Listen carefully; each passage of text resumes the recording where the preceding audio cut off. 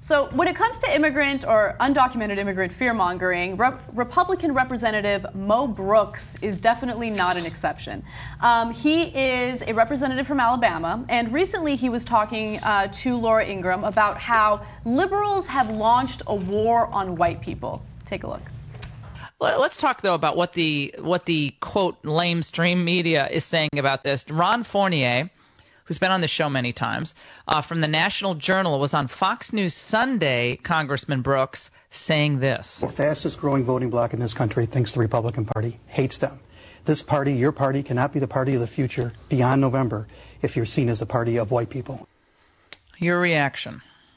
Well, this is a part of the war on whites that's being launched by the Democratic Party. And the way in which they're launching this war is by claiming that whites hate everybody else.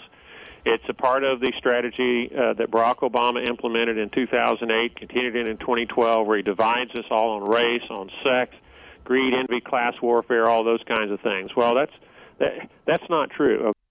So I just love that statement because it's a perfect example of the fear-mongering that takes place whenever you try to have a rational discussion about comprehensive immigration reform. The Obama administration pushed for comprehensive immigration reform. Fortunately, it passed in the Senate, and of course the House did not allow it to pass, right? And part of the reason why is because you have these conservative Republicans that are against any type of comprehensive immigration reform. And the reason why they do it is because they don't give a shit about a pathway to citizenship. Right. They don't care about the Latino vote. They claim that they care about the Latino vote. They claim that they have a branding problem. But the reality is they don't care about this particular demographic. And the fact that they want to go after Obama for wanting to do an executive order to actually pass some sort of comprehensive immigration reform is absolutely ridiculous. That's the war on white people, right? And Brooks has himself sponsored, I think it's 14 bills that are anti-immigration bills in Congress. 14 times. That is what he, from Alabama, is devoting his time to. The state of Alabama in so much trouble because of immigrants right now. Life is terrible in Alabama for white people because of immigrants. Alabama has been fighting people that don't look white now for decades and decades and decades, and they've elected somebody in 2011, this guy, or 2010, to carry that torch forward. Yeah, and also, you know, the Jews have a war on Nazis. Not only is there a democratic war on white people, so it's all. So and also there is David has a war on Goliath. Yeah. And I can keep going with this analogy until it gets funny, but. So keep going because we're not there yet. All right. So we could have no. There's a war on white. Is there a bigger sympathetic character in United States history than white people? Could there possibly be? That's what you're supposed to have. Oh my God, they're coming after rich whitey who's been shitting on them since the fucking birth of this nation. I can't believe it. Poor whitey. When is the white people ever going to get their day in the media? Right. Yeah, and you know, this is a little bit of the problem of representative government is that, you know, Mo Brooks, and I don't know the makeup of Alabama's 5th district that well, but I'm sure that he is actually representing the views of the demographic of. So the scare tactic gets him elected and gets him elected and gets him elected there. But he is going to be a minority very, very soon, both in actuality, but also in that belief system. It's going to make his party implode. Yeah. Well, this is the Jim Crow of our day. I mean, this is that same shit. All this is the people at the Woolworth's lunch counter. This is the bridge with Bull Connor. This is the same shit. People don't like people with darker skin than them, and it's on TV. They get out, and he grabs her hand. It's ugly. We know it's ugly. And by the way, Michael, what have the children of immigrants ever done for America except everything? Right. Yeah. Other than that, nothing. Yeah. Other than that, nothing. Except that. So we have a little more from Mo Brooks. Let's take a look. The Democrats, they have to demagogue on this and try to turn it into a racial issue, which is an emotional issue, rather than a thoughtful issue. If it becomes a thoughtful issue, then we win and we win big, and they lose big, and they understand that. And as they get more desperate, where they're going to argue race and things like that to a much heightened emotional state.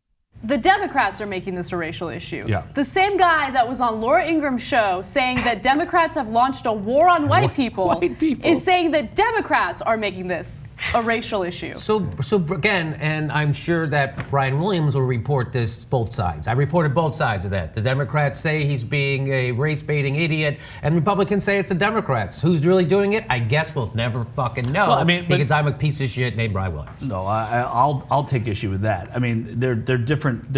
You're here to break that apart. Yes, thank you. Brian Williams is there to show you what Mo Brooks felt.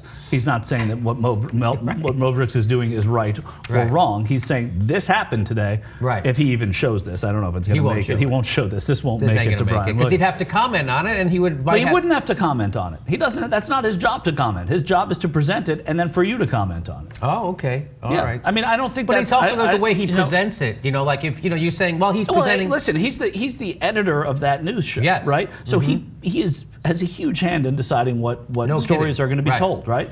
If he doesn't think that, now you may think it's wrong not to show this particular story, right? But that's just a decision he makes. Right, I mean, there's a lot happening in the news, and this is, to us a big story, to America a big story, but not yet because it's Mo Brooks talking on some, small show, and Mo Brooks isn't anybody's ever heard of. Yeah, I mean, to go back to what Jimmy was saying about the media representing both sides, I mean, it's important for the media to represent both sides and then decipher which side is lying, which side is being, spreading misinformation. And I think oftentimes, I can't say this about Brian Williams, I don't watch him enough to make that distinction, but you do see that a lot in the press where people are obsessed with being neutral as opposed to objective. Right? That's a great way to put it, Anna. Yes, that's people what you are obsessed with being neutral instead of it. That's exactly right. I always like to say there are two sides to the truth. Report the truth. Don't sugarcoat it. Don't pretend you don't know the truth. And that's my problem. You're probably, we haven't seen Brian Williams report this story yet, so I don't know how. But I know from watching him that when he would frame a story like this, it would be in a bullshit frame.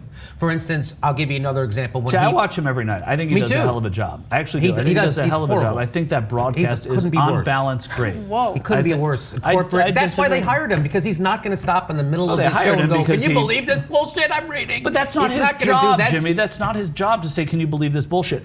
In a time of crisis, in a time of big news, he can sit there and report live news and then inject a little bit of what he's doing. You mean like during the Iraq War? No, I'm talking about let me finish. You mean like during the Iraq War? I don't mean that. So like a big news. You said big news. I'll pick the biggest story from the last decade. I'm talking about live broadcasting. I'm talking about when as news happens. Let me pick the biggest story. I think you want to pick the biggest story. Let me pick the biggest story. I'm going to let you pick the biggest story. Let me pick the biggest story from the last decade. Thanks for letting me finish my point.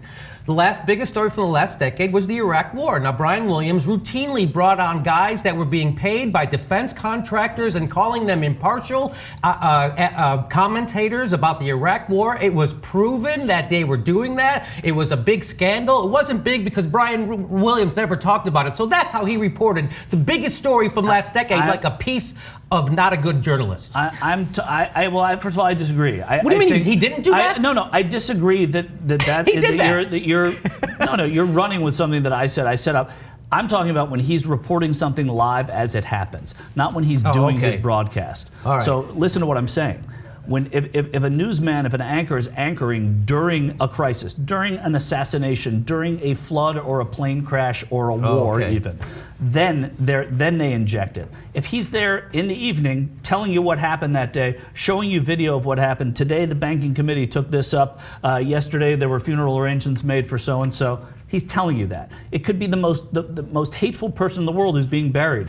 It's not up to him to say that. It was funeral arrangements for this horrible person. So I just want to, sorry guys, I just want to quickly go back to the Mo Brooks story because there is one final piece that I want to give you guys to kind of complete this whole puzzle. So you heard the fear-mongering on Laura Ingraham's show, you heard him, say all these crazy things about undocumented immigrants. Well, he took it to another level while he did another small-time radio show, Will Anderson Radio. Oh, the Will Anderson Show. Yeah. Whatever that is. But I want to read this to you because it's important so you understand just how deep the fear-mongering goes, right? Here's what he has to say about undocumented immigrants joining our military. He says, these individuals have to be absolutely 100% loyal and trustworthy, referring to people who are in our military, as best as we can make them, because they're going to have access to all sorts of military weaponry. even to this point of having access to weapons of mass destruction like our nuclear arsenal. He's trying to imply there that if we allow undocumented immigrants to join our military, they will have access to military-grade weaponry and nukes, and they're going to bomb us all. Because nothing says undocumented immigrant better, or violent undocumented immigrant better, than someone who literally leaves their life behind to risk everything and come to our country. And then they want to join the military, where they give up everything, right, to defend us. But they're going to nuke all of us. And this is a plan they hatched in somewhere in preschool. It's ridiculous.